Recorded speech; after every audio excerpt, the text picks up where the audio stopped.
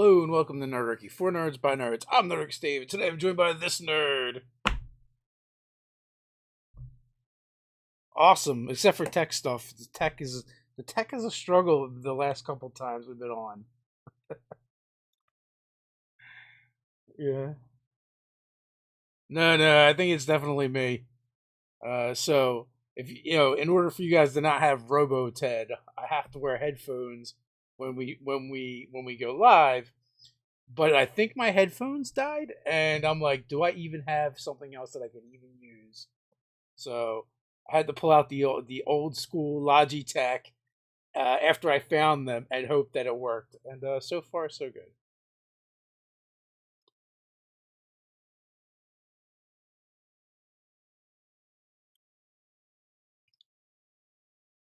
So apparently, there's a movie coming out at the end of the month, and for some reason, I didn't even think it was coming out this year. I don't know what I was thinking. It's like I've been inundated by commercials. We've been talking about it, but for some reason, it was just a thing that's off in the future, right? But the future is now. So Wizards of the Coast or Hasbro, they're like, "Hey, do you want stuff about the movie?" I'm like, "Sure."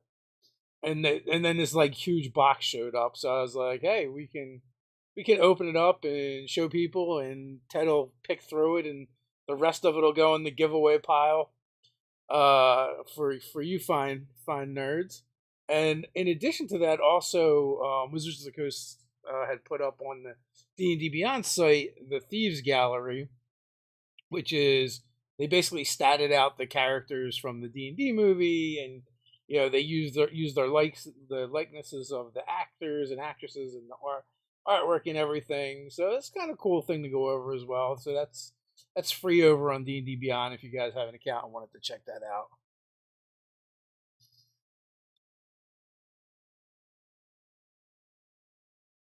Mm.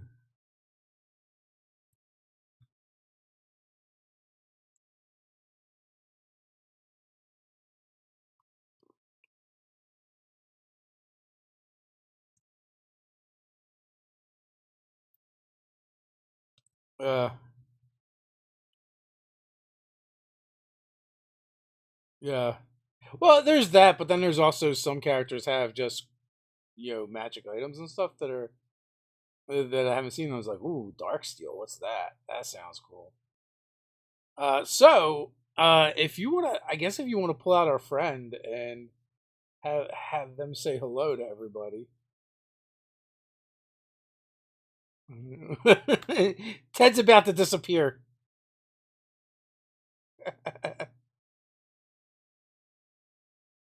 uh, you never looked better, Ted. You never looked better. Oh no! Wait a minute. They say they can't hear you, and that makes sense because let's see. I know why they can't hear you. No, I do not have you muted. Um, it's not that. Why? Let's see. Bear with me, folks. Oh, you know what? Because probably I need to change the settings in OBS because I changed the audio.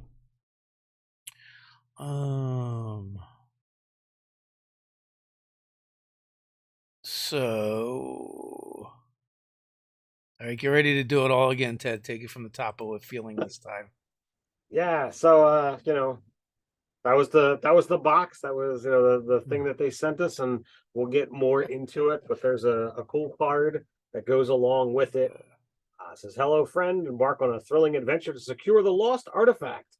To celebrate the brand new feature film Dungeons and Dragons: Honor Among Thieves, premiering March 31st, the Hasbro team invites you to equip yourself for the adventures ahead with a special gift. If you're brave enough to snatch the movie-themed treasure from this mimic, then you're exactly the kind of adventurer we want in our party. Use the tomes, tools, provisions below to prepare for a heist alongside the unlikely hero of Honor Among Thieves. We encourage you to share this special D&D package with your fandom on any channels you prefer. Please consider using the official social handles, hashtags, and suggested messaging below. So blah blah blah. Lots of Yeah, fun yeah. things. We're supposed to tell you guys they gave us free shit. So So when I pull the box back out, now I haven't cracked this thing open. I've seen some pictures online that they've shared, but it totally opens up and is a mimic. Rawr. And it makes Ted disappear. And it makes Ted disappear. So that in and of itself is gotta be worthwhile. Uh, so I resisted all temptation because I'm totally a thing person. I haven't looked in here, so I haven't actually seen the stuff physically in my space. So we'll go through things one at a time. So there's an original prequel novel, Dungeons Dragons: Honor Among Thieves: The Road to Neverwinter by J. Lee Johnson. So that's a cool thing that I haven't read novels in quite a while beyond like one or two authors that I follow. Apparently, I'm jumping to a big one. All the way at the back here, you've got Rakhor, the Black Dragon, and this is definitely in the realm of action figure more than D&D mini. Though, should you so desire, I think you could probably plop this down on the table and use it. It's got some posability features and that kind of stuff. It's 11 inches high and 20 inches wide when you fully stretch out the wings. I think it's cool and all, but it's probably not something that I would be wanting to plop down on the table. You've got Dungeons and Dragons Monopoly, and I like the fact that there's some cool like the tokens for the characters. You've got a sword and a helmet and an axe and a lute and a bracer, it looks like. Obviously everything, the artwork and tokens and pieces are all themed after the Wizards of the Coast stuff. It looks like it comes with a generic orange or red D20, no special symbol on the D20. So not even anything there. Like for me, they'll be like, oh, I need to have that. So this is also probably another thing that'll go on the giveaway shelf. Looks like we got another novel over here.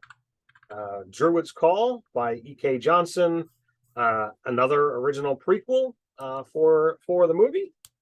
This one's a little bit smaller than your standard size of novel. Yeah, I was eyeing those prequels for from Audible, and I'll probably end up getting them there and listening to them. But I have to admit, the last bit of writing that I've read from Wizards of the Coast, as far as novels go, it was going really, really downhill. Before they kind of just totally tanked the whole novels to begin with. So I'm pulling these three things out together that I knew were in here, and these are a product that I've definitely been eyeing from when they started talking about them. These are Dicelings. They're a legitimate oversized D20 that transforms into an object. So you've got a red dragon, you've got a black dragon, and you have an owl bear. I, of course, already had to get in on the fun, and I was actually showing off the orange Diceling Beholder that I bought, for myself. I think these things are probably going to get put into the decorations, around the set. Not only do they transform and look cool, but they're dice. So yeah. totally fits well for. I almost want a second set to like have the die and the transformed version on the set sitting next to each other. Yeah, so stepping off camera for just a second. So, this is the size of the D20, and they're all the same in that size aspect, and they just open up, and there's pieces that can be manipulated. The beholders, they legitimately have 10 eye stalks. The mouth actually opens, so you can totally see and transform the whole thing. And be like, boom, there are legitimately 10 eye stalks. They move around. If you really wanted, this could be, because it's about the same size as a regular beholder. So you could plop this guy down as a mini. I don't think the dragons would be anything more than you know a large an adult dragon. So you got some work to do to try and make them be minis, as it were. How durable do the dicelings seem? From opening the one that I bought on Amazon, they seem to be a nice hardy plastic. The teeth on the beholder, are flexible, so they're not going to suffer damage from constantly opening and closing the mouth. I'm really impressed with it as is. So I've got more that are already on order or pre-order, that will come to me as things. I'm probably not looking to kind of Pokemon at all, not collecting them all. But I'll get the ones that are color choice for me or monster choice for me. So like supposedly in June or July, there's going to be one that's a displacer beast. And everybody who knows me knows I love displacer beasts. So I got to get that for sure. We haven't salt tested them yet to see how I'm accurate they roll. I'm fairly certain that they're not going to be balanced, because it's there's spaces where there's more weight here and more weight there. So I wouldn't use them as regular dice, though they do actually roll. I have not done 4,000 rolls to see you know what the numbers look like and that kind of thing. Is 4,000 the magic number? I think so. I think that's what a lot of people tend to go with.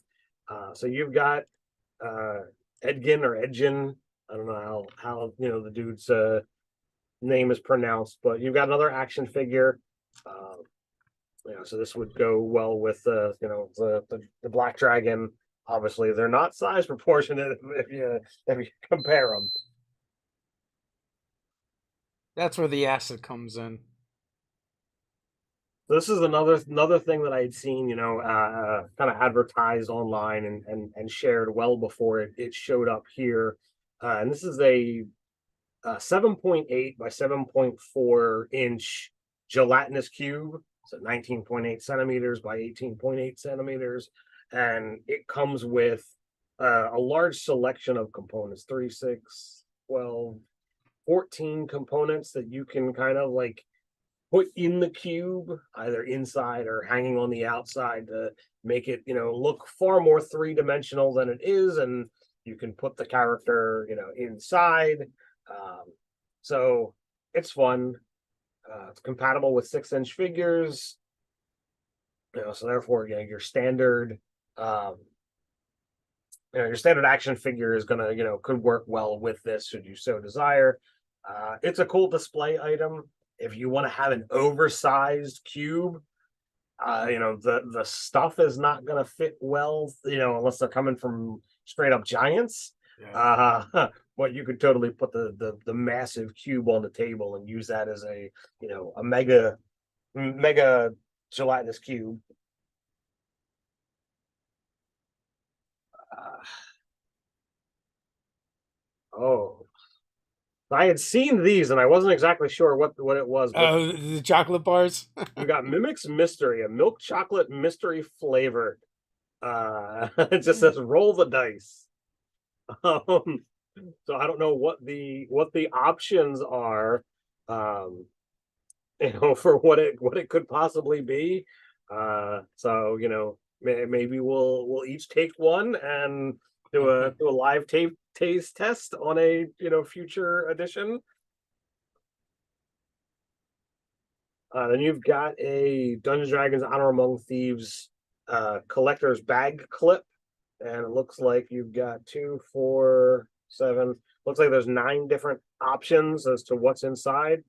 So there's 1, 2, 3, 4, 5, 6, 7, 9, 10, 11 different options, though 2 of them are exclusives. So I don't know what you might have to do to get those.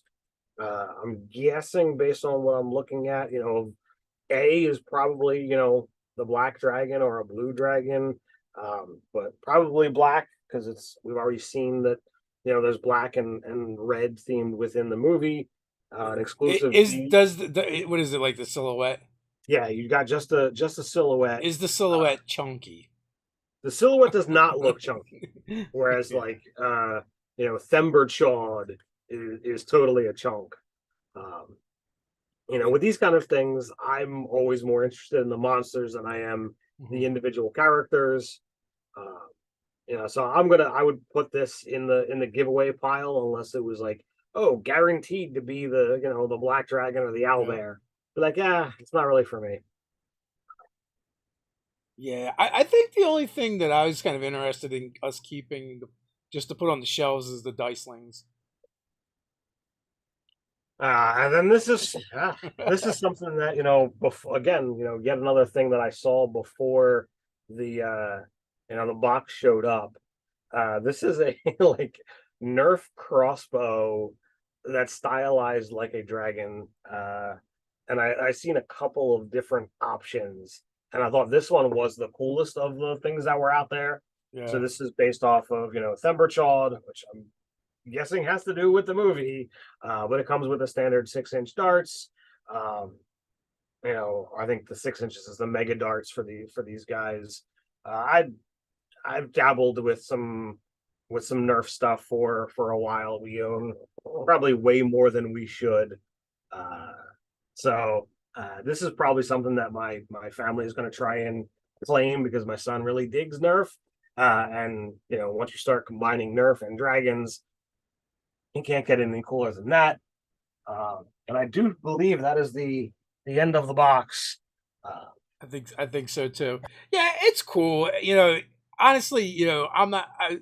I thought it was cool, but also it's more novelty to me than anything sure. because it's mostly to me. It's mostly toys and that kind of stuff, which I'm not a big toy collector. I mean, I think it's kind of cool. You have all the merchandise out there, and maybe that might be the gateway, the doorway to the next generation of gamers coming into the hobby if they want to figure out what this stuff is from and is all about. So, that in itself is kind of cool.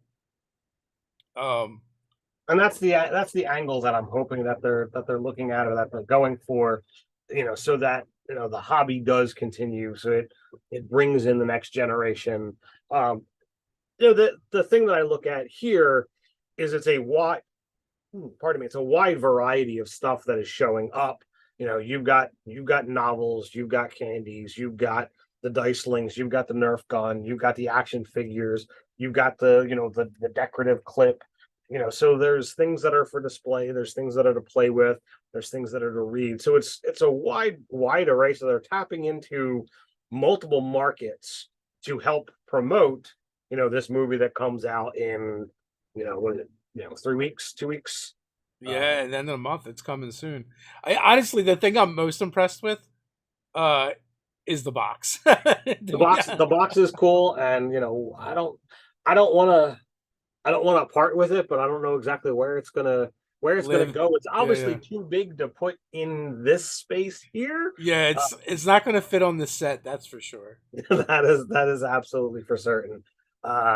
So but there's a lot of cool things that we'll put in the giveaway shelf, and we'll probably get this stuff out in the next couple of months to help push while it's in theaters, because I mean we typically do our monthly giveaway the first Monday of the month, and I totally dropped the ball last week.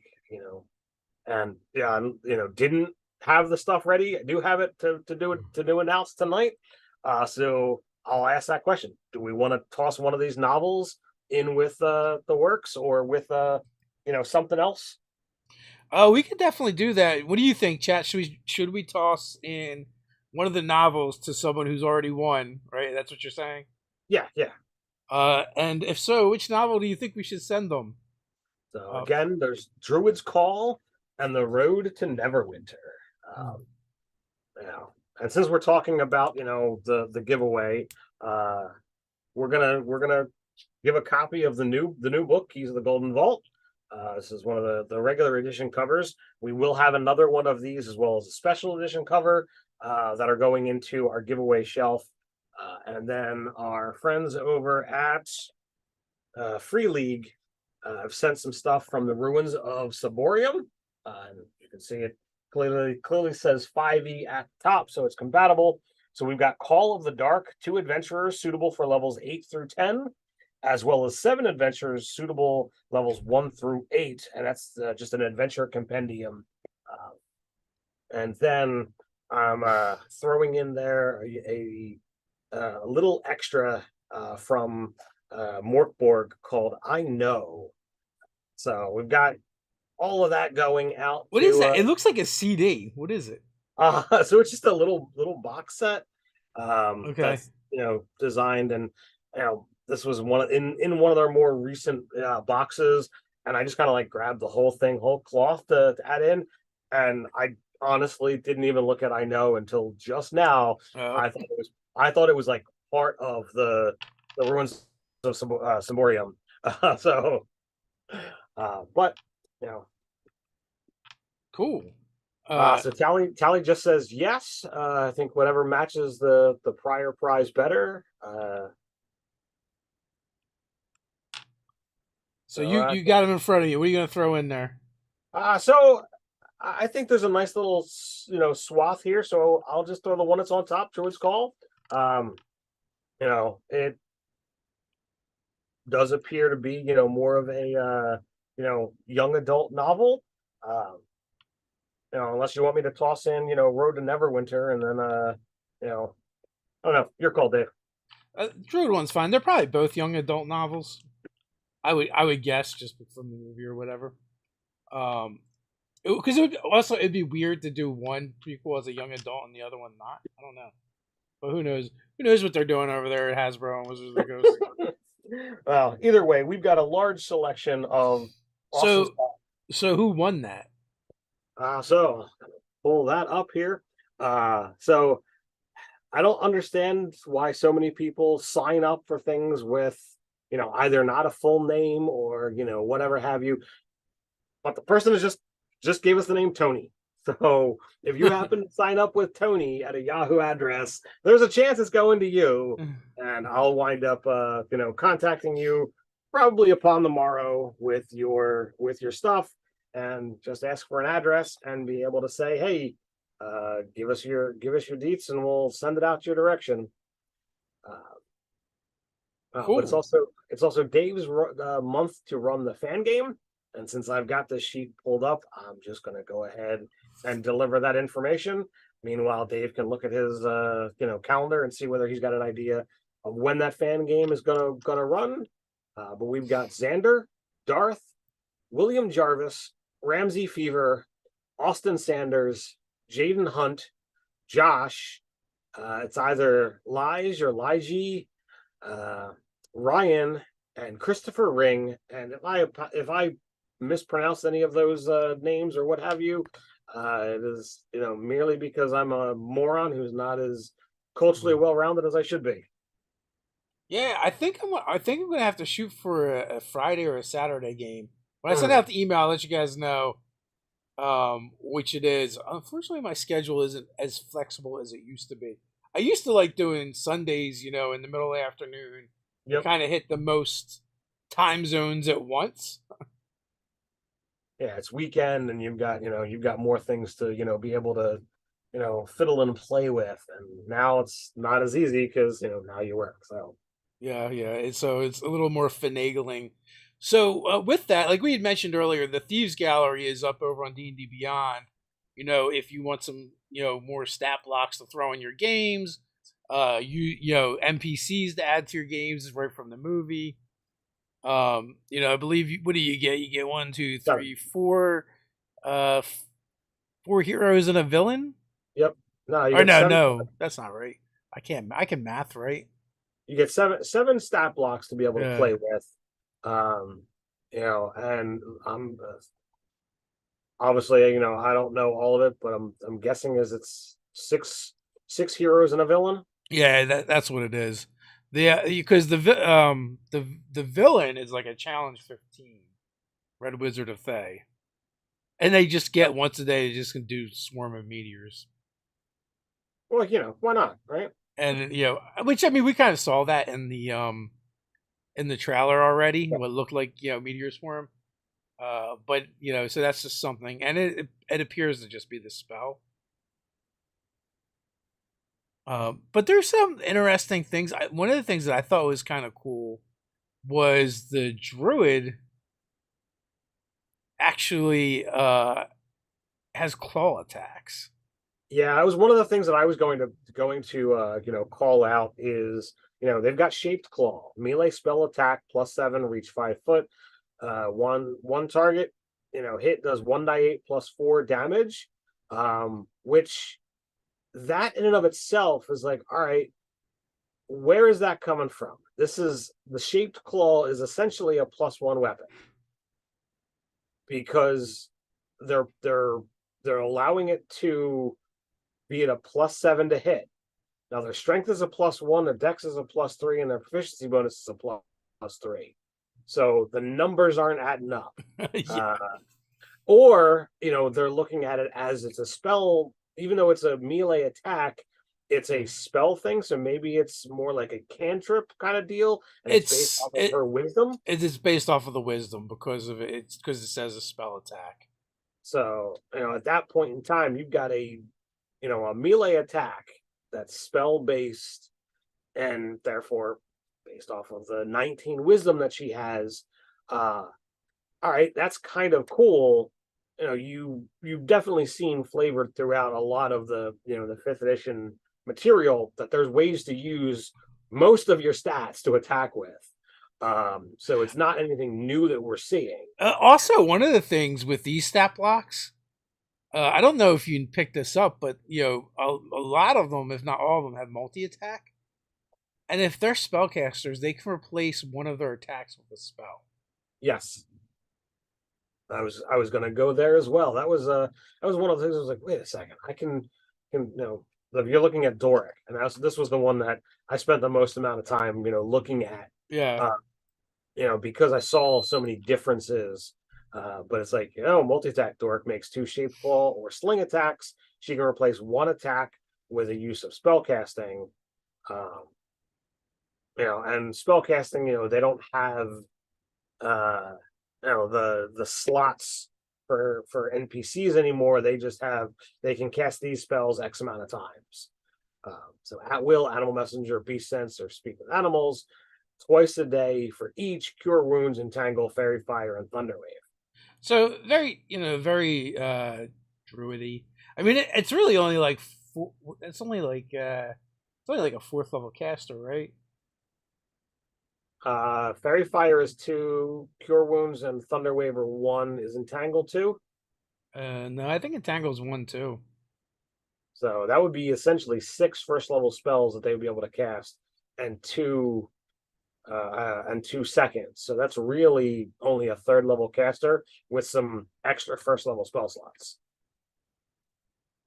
Oh no, they're all 1st level spells. Fairy fire, I thought was 2nd. Nah, this is the same 1st. Wow. All right. Well, then it's 8 1st level spells. That's utterly ridiculous. It's weird. And also they can also wild shape 5 times a day. And one of the shapes they can do is an owlbear. Also, a challenge rating of 3 or less. Like, that's a giant scorpion. Yeah. That's pretty impressive. So weird. It definitely does not follow the druid at all. No. So I think that one has a lot of anomalies to it. Yeah, like I said, that's why I spent the most amount of time with it. Now, obviously, I've never seen, a skin tone of a tiefling that looks like this. They're usually oddly colored, but whatever. Because like in all of the ads I had seen, I never would have guessed that the druid was a tiefling. You didn't know that? The horns blend into the hair, in all the rapid fire shots that I've seen her in. She wasn't, red or blue or green that I'm used to seeing. So I'm like, huh. But it is kind of weird that they did just go with like a vanilla Caucasian color. Yeah. For the tiefling. I mean, I did know it was a tiefling, because I did see the tail and the horns, and I don't know if it's from. I don't know if it's just that I figured it out, or if it was from like reading something or whatever. Right. So Edgin, the bard, I think the kind of like interesting thing about him is he fights with his lute in the stat block anyway. The reinforced loot. He has a reinforced lute, which is not bad because it does a die 8 bludgeoning damage, plus his mod, and then 2 die 10 thunder damage. That's the El Kabong from hell. Absolutely. So at the whole start of it, unusual attacks and magic. So some creatures have weapons that deal unusual damage types and spellcasting that functions in an atypical way. For example, Forge Fitzwillem deals extra poison damage with his heavy crossbow. This extra damage isn't a feature of the weapon. Such an exception is a special feature of a stat block and represents how the creature uses its weapon or casts its spells. The exception has no effect on how a weapon or spell functions for a different creature. So I don't know whether, if you were to defeat Edgin and you were to take his loot, it would just do a die 8 bludgeoning damage. Would it do a D8? Because it's something that's exceptional, or like, would it just be an improvised weapon for you? Like, I feel like I would say it's a reinforced loot. So, I mean, you might, as the GM, argue that like, well, in your hands it could do the D8, but it's still an improvised weapon, so you're not proficient in it. Maybe you make them use it for a while to get proficient with it, or they have to take Tavern Brawler, right, so that they can be proficient with it. But then, his reinforced loot and his short sword, does 2 die 10 thunder damage, on a hit. And I'm like, all right, that's a lot. It is a lot. He's a challenge 5. So, and he gets 2 attacks, whether they be 2 reinforced, loot or 2 short sword attacks. Honestly, I don't know why he wouldn't use his loot, because his loot's a die 8 plus 2, whereas the short sword is a die 6 plus 3. Yeah, I don't know. Maybe the loot's a 2-handed weapon. I'm not entirely sure. But unlike the druid, he cannot swap an attack for a spell. Correct. He's got inspiring words. Is basically inspiration. Use a couple times a day, and then disorienting words. Disorienting words feels like a kind of like a beefed up. What is the rebarbs? No, vicious mockery. Oh, okay. So it feels like a beefed up vicious mockery. It does, D6s instead of D4s. In addition, you make him lose an attack. That's pretty nifty. And then we got our rogue Forge. Forge Fitzwilliam. Also, man, did you see the hit points on all these characters? Oh, well, I mean, if you look at all their stats, they're all, massive. Yeah. Maybe they had a rider in their contracts that if you stat us, we have to have Uber stats. We call it the Vin Diesel clause. I heard he's got a clause where if he's in a fight scene, he can't lose. Contractually. Contractually can't lose a fight in a movie. All right. Yeah. That greatly changes the the dynamics of a Vin Diesel movie. For sure. So disarming charm is kind of cool. It's like your barbarian or monk armor, but for this rogue. And also, that's a lot of charisma for a rogue. Yeah. He's rocking the 20. But I mean, is he really just a rogue? I mean, he looks more blinged out than the bard. Yeah. Well, I mean, he does have a double cross ability. So his double cross ability is kind of funny. If Forge hits a creature friendly to him with an attack roll, the attack automatically is a critical hit. So basically, like, his best move is to befriend someone and then stab them. Yeah, I mean, that would be pretty awesome. But he's got, evasion, uncanny dodge. All rogue abilities. He's got the cunning action. And then he can either do 2 dagger attacks, 2 heavy crossbow attacks, or 1 of each. Yeah, Uh, actually, 2 heavy crossbow attacks is pretty impressive. Like, you need a feat to do that normally. yeah. Um, And he also poisons everything. yeah, so he does with his heavy crossbow or with the dagger 7d6 poison damage. So he hits hard. He's a challenge 8, sitting at a 110 hit points, armor class of 17. Knows common and thieves can't. Got ridiculous skills: deception +8, persuasion +11, investigation and stealth at a +8. It's like, dude. So next up is Holga, which Holga is basically the barbarian and only has 120 hit points. That's not that much more than the rest of the group. I mean, our druid was at 104. The bard is sitting at a 110.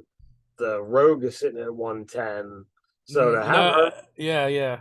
to have her only at 120 almost seems insulting. It does. So she gets damage resistance to lightning, but only because of her dark steel great axe. Which that sounds interesting to me. So this, but listen, when we look at the dark steel great axe, what do we find out about it? Nothing. It doesn't do anything special. so so her stat block is kind of boring compared to some of the other ones. She's pretty straightforward. She makes 3 attacks. She can use improvised weapons, which is right in her stat block, and does decent damage, at least a d6 if it's improvised, which can be ranged or in melee. I think the most interesting thing is the dark steel axe that gives damage, it gives some resistance, but also her wrestle ability. She, as a bonus action, she can shove someone and move them around. But there's not even really like a rage ability. Yeah. So like Other than clearly reckless she attack. looks and acts like a barbarian in a lot of ways, carries a great axe, but doesn't rage, doesn't have the ability to resist any damage but lightning. And if you take away her great axe, she loses that too. Yeah, a little disappointed because as of right now, without seeing the movie, the characters I'm the most interested in is hers and the druid, Durek. So yeah. Druid is my number one. Mainly, because I want to know, like, all right, by raw, like an owlbear is not a beast, so you can't change into that. Why can she? Do they explain that in the movie or do they not? So my guess is it does not get explained when we I do it. I, I know, but I'm like I've got it out there as a potential hopes. Um, but we move on to our sorcerer Simon Almar. Uh, he's the first one that looks like they've actually got negatives for any I of their stats. Yeah, yeah. Whereas everybody else was like sitting at pluses or better. Like his Uh, stats look like you could have just used a standard array, right? And come up with he's these. a little bit better. Um, I mean, he's got 18 hit dice. Yeah, but it's a challenge 5, so when you convert that to a character level, that's like an 8th level character. Sure. So yeah. He's a little bit on the weak side compared to the rest. But he does have some cool things. Like he's got wild magic when he takes damage. He or gets crit, he causes a wild surge. So clearly he's a wild mage sorcerer. Yep. And he is one of the other ones that can trade out a spell for an attack. Which is kind of cool. He's got Bigby's hand, major image, fog cloud, mage armor, magic missile, and spider climb. And then at will can do mage hand, minor illusion, prestidigitation, and speak with dead. So that part is kind of cool. Speak with dead at will. That's Well, the speak with dead is his token, I believe. yeah. It's he's got a deathly token. Yeah, so it's kind of like I guess it's kind of like a magic item that lets him do it. But it's kind of funny, right? Because he's got like a 3rd level spell, a 5th level spell, a 2nd level spell, and then a handful of 1st level spells. Yep. So it's they've streamlined it so that it's not oh, you want to use this stat block as is, you can be burdened by choice. It's like, I don't know what to do. There's too many options. So his reaction, sheltering shield, is kind of cool. So when Simon or another creature he can see within 10 feet of himself would take damage, he can conjure a shimmering 10-foot radius sphere of magical force centered on himself. Creatures inside the sphere have resistance to the damage that triggered this reaction. So if you're all close together, you could trigger this, oh, look, we're getting attacked by a hail of arrows. Just boom. You put this up, and now everybody within it is going to get that resistance. So it's kind of nice. And then we get to the big bad next. Safina, Red Wizard of Thay. Do we want to skip that, do Zenk, and come back? Yeah, we can do that. Why not? So we come down to Zenk. He's lawful good paladin. He's a beast.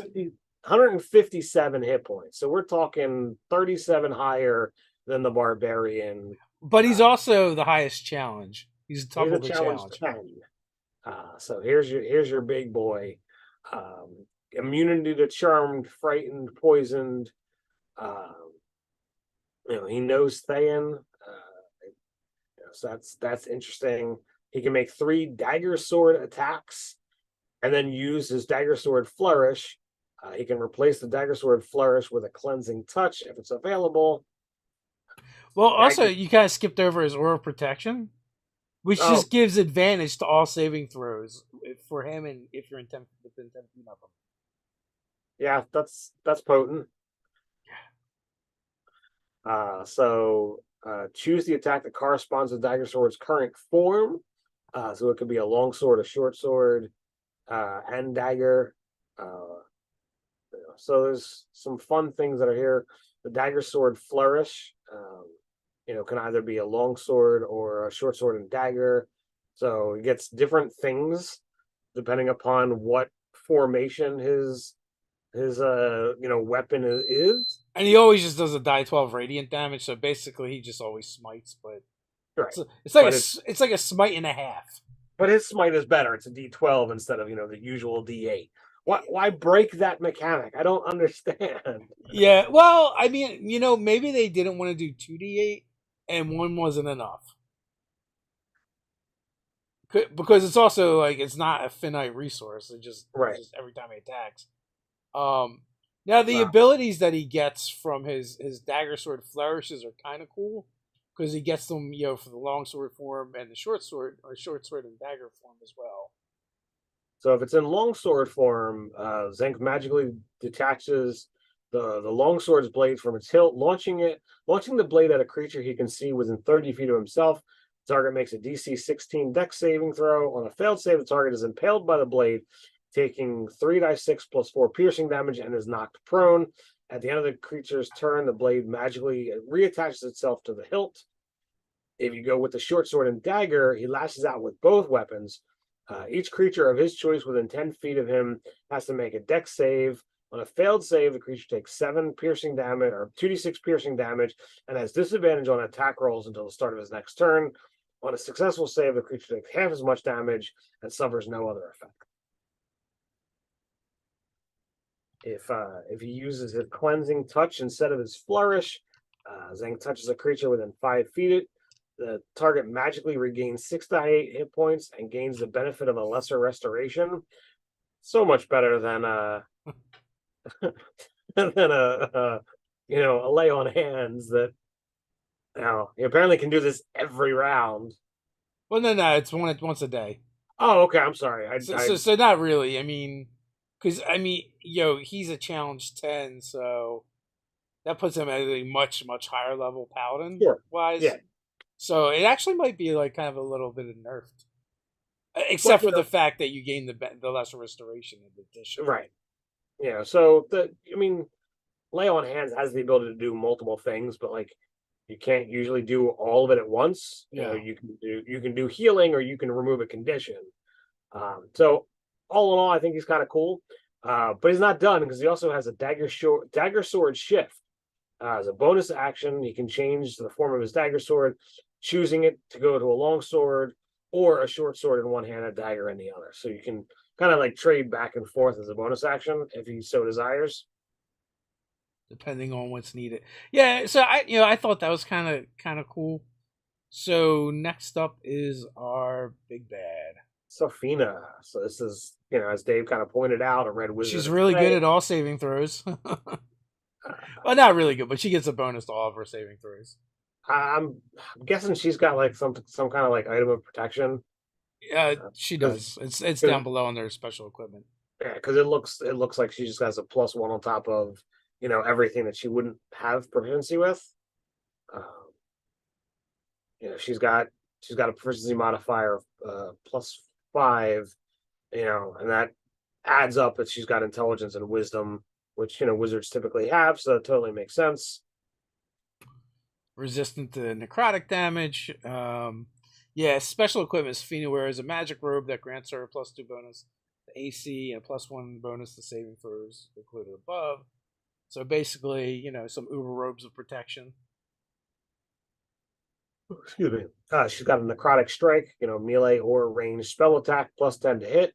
Uh, Either reach 5 feet or range 120 feet. One target 5d10 +5 necrotic damage. Um, so that's basically an evil 15, thing. 15 die 10 around. It's not bad. Can she do that 3 times? Wow, Yeah, yeah. that's that's But harsh. At a but +10 to hit, yeah, that hurts a little. that's solid.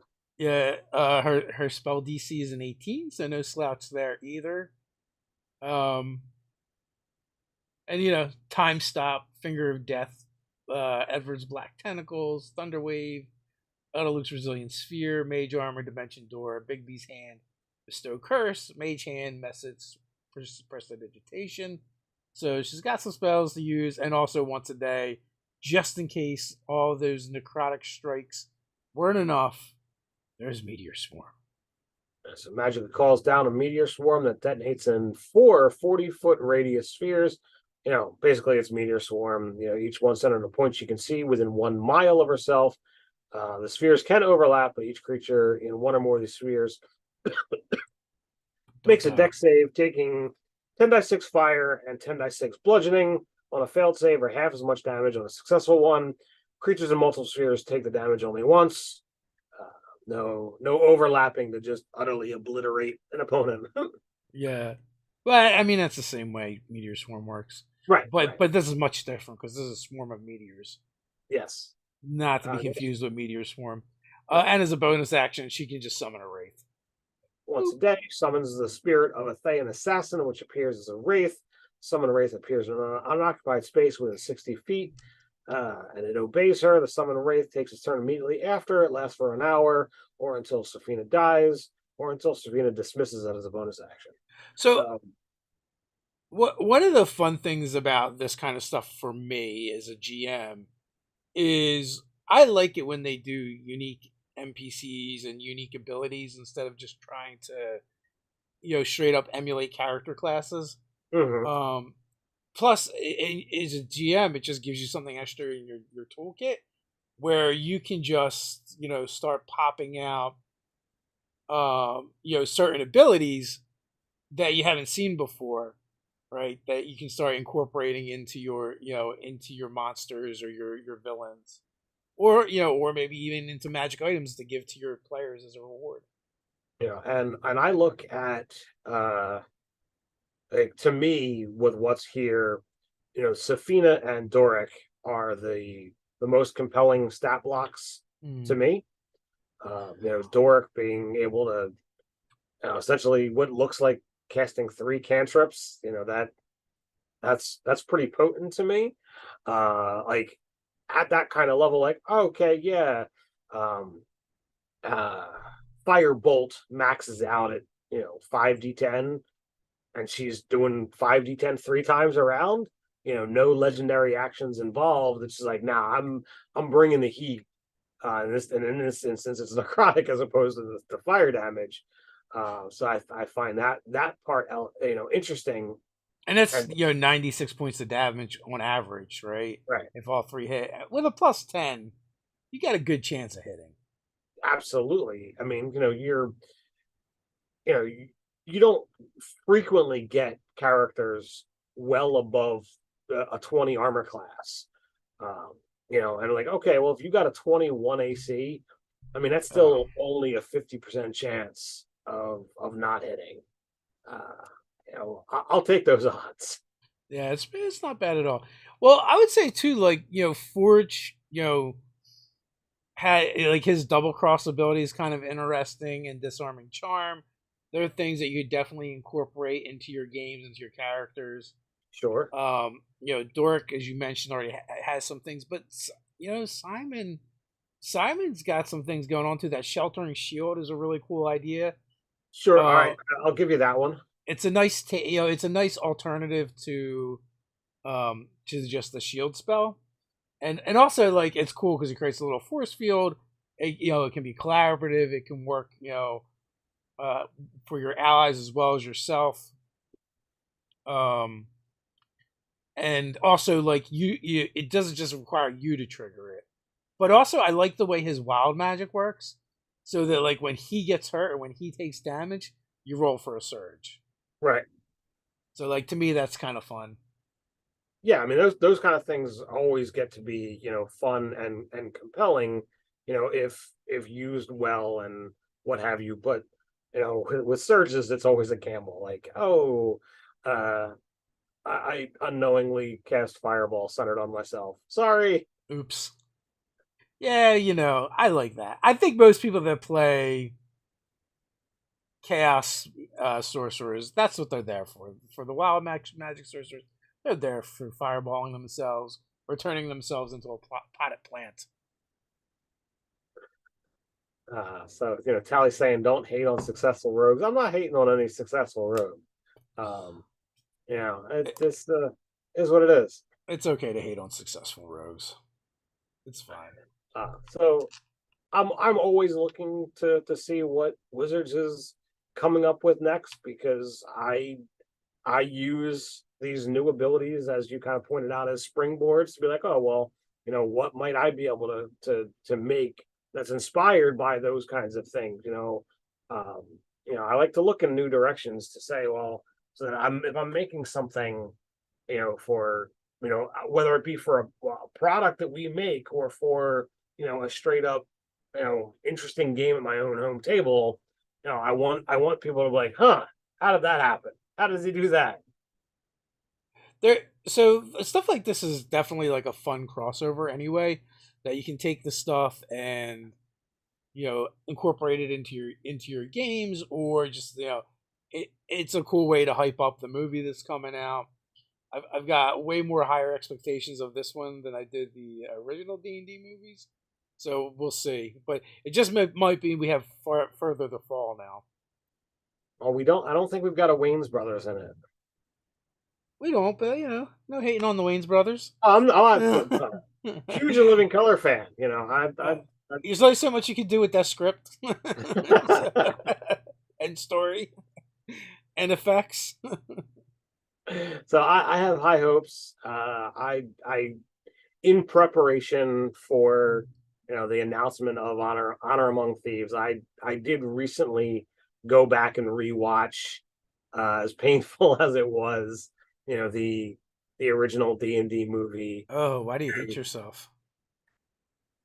it's not so much that I hate myself. You're just gonna remind yourself it could be this, but it's gonna be much better.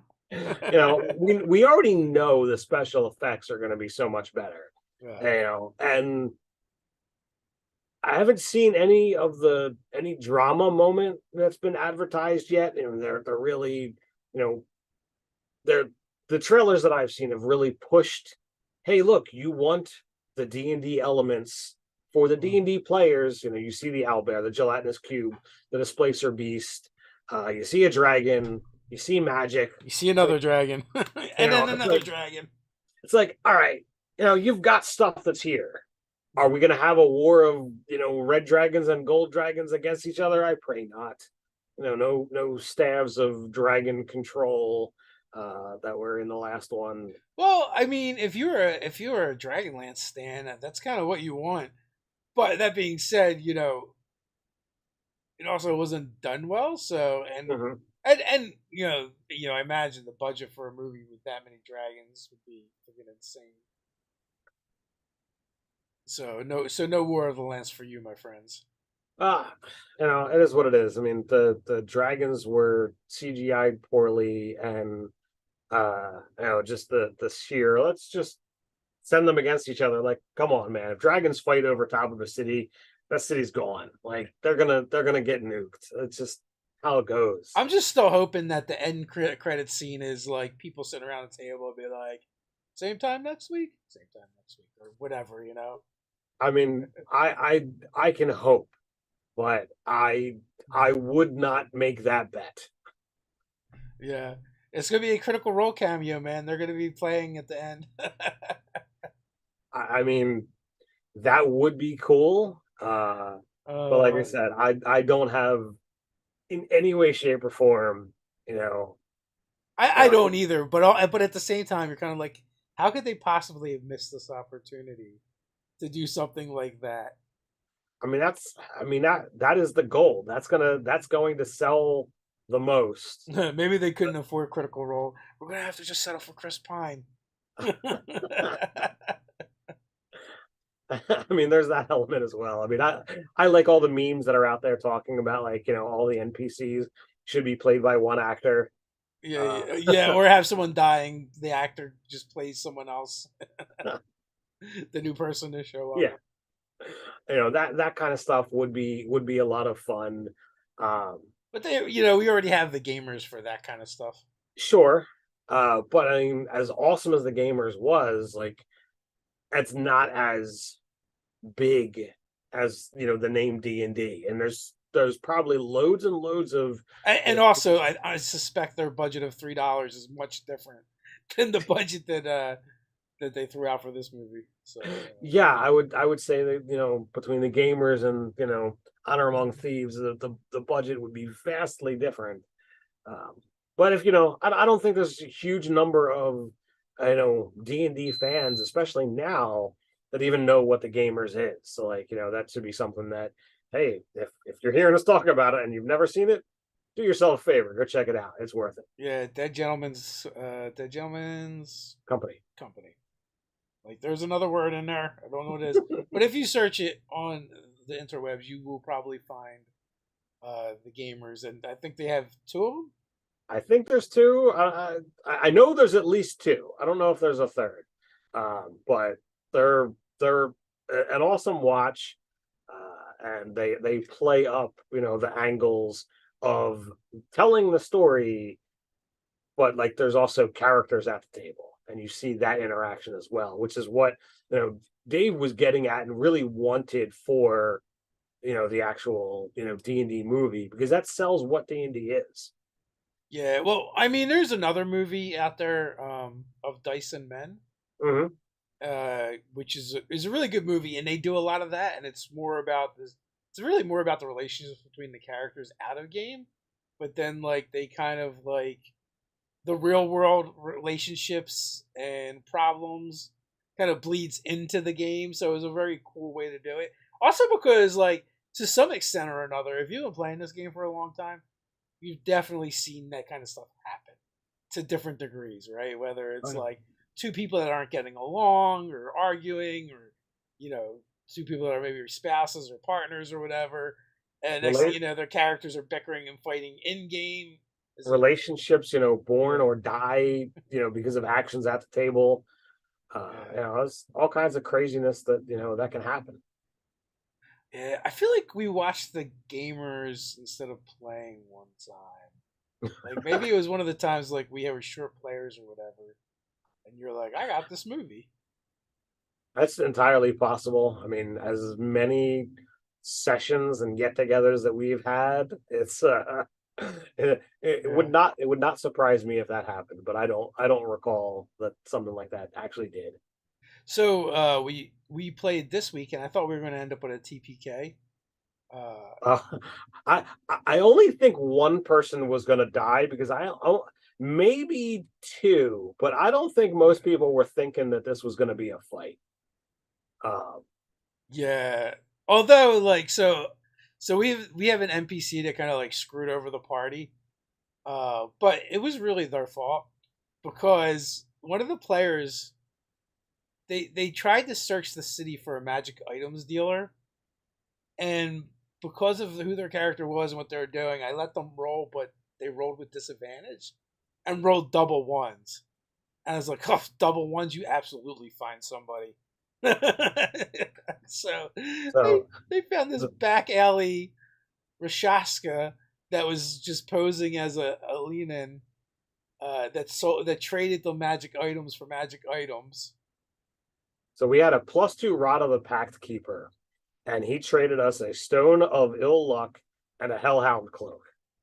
And my character is the one that wound up with a Hellhound Cloak, and I don't have any problems with my cloak. I've even turned into a Hellhound once and turned back to show It's fine. absolutely no problems. Yeah. I feel like for your character, it would probably not be a problem for a while. You'd have to use it a lot, or just Sure, once really unlucky. sure.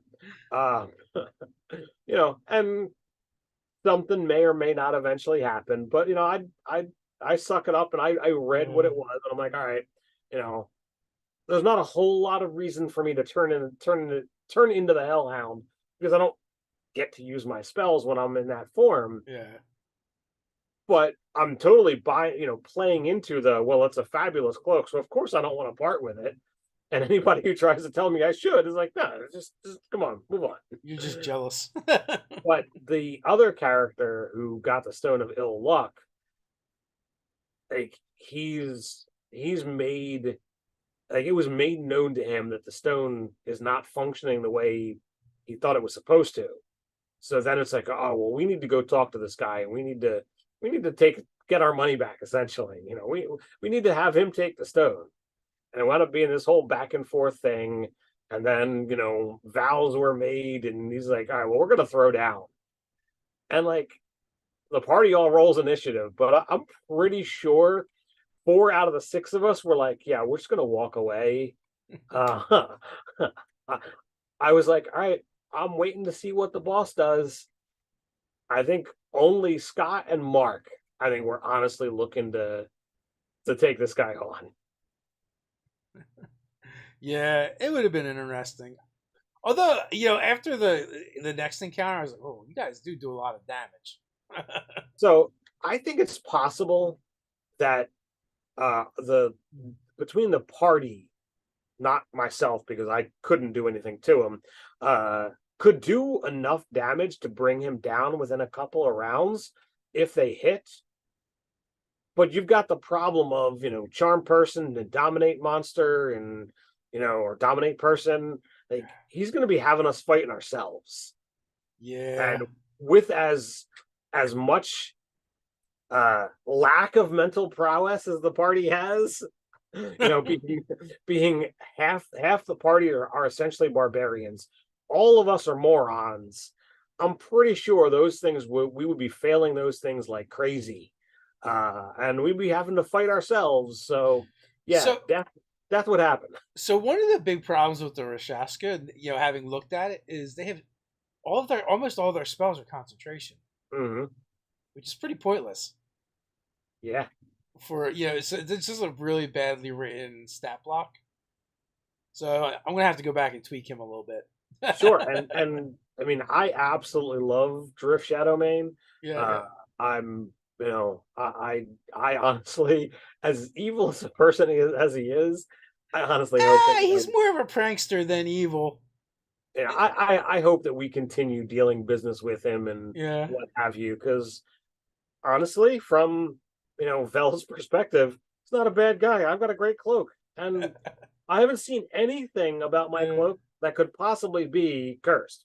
It's Well, fabulous. It's so fabulous I won't even take it off. so you guys are currently instead of fixing the problem, he kind of gave you guys a quest so that you could fix the luck stone and turn it back to a luck stone essentially. If if you're able to complete the task and take it to the place. Right. Um, but that player was not having that at all. He's got very specific ideas about things, which Sure. is fine. Although, yeah, I will say though, it really did make me think about, well, how would I use this character? How would he try and take you guys on? Hmm. And some of the limitations of the way that stat block is written. So it's going to need some tweaking. Sure. Just because it doesn't, because just because it is as it is, it doesn't really make a lot of sense either.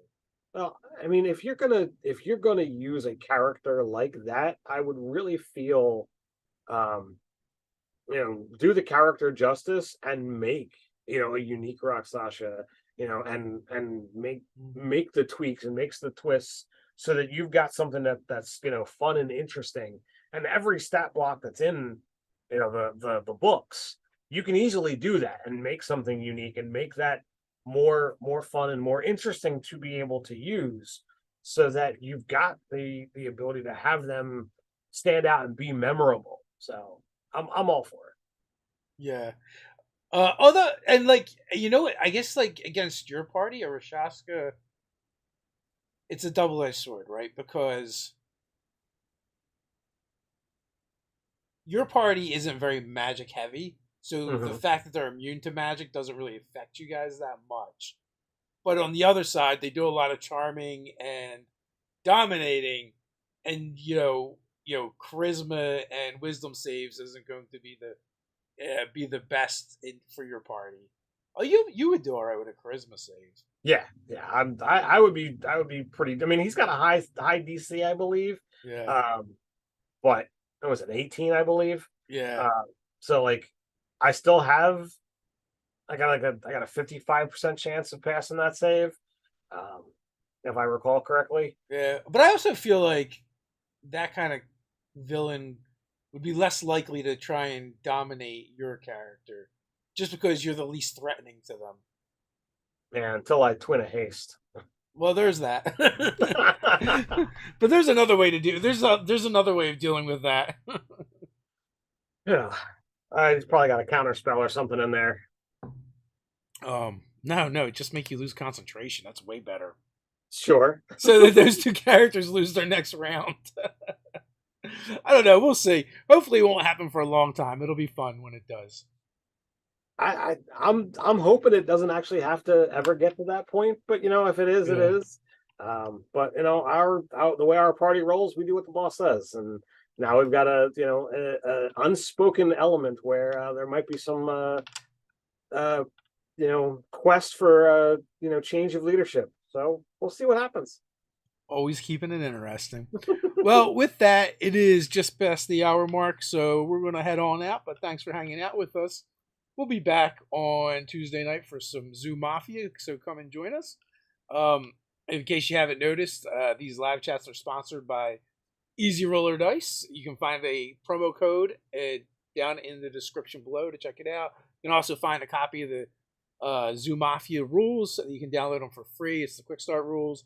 Also, we have the form fillable PDFs up over on the website, so you can download those for free as well.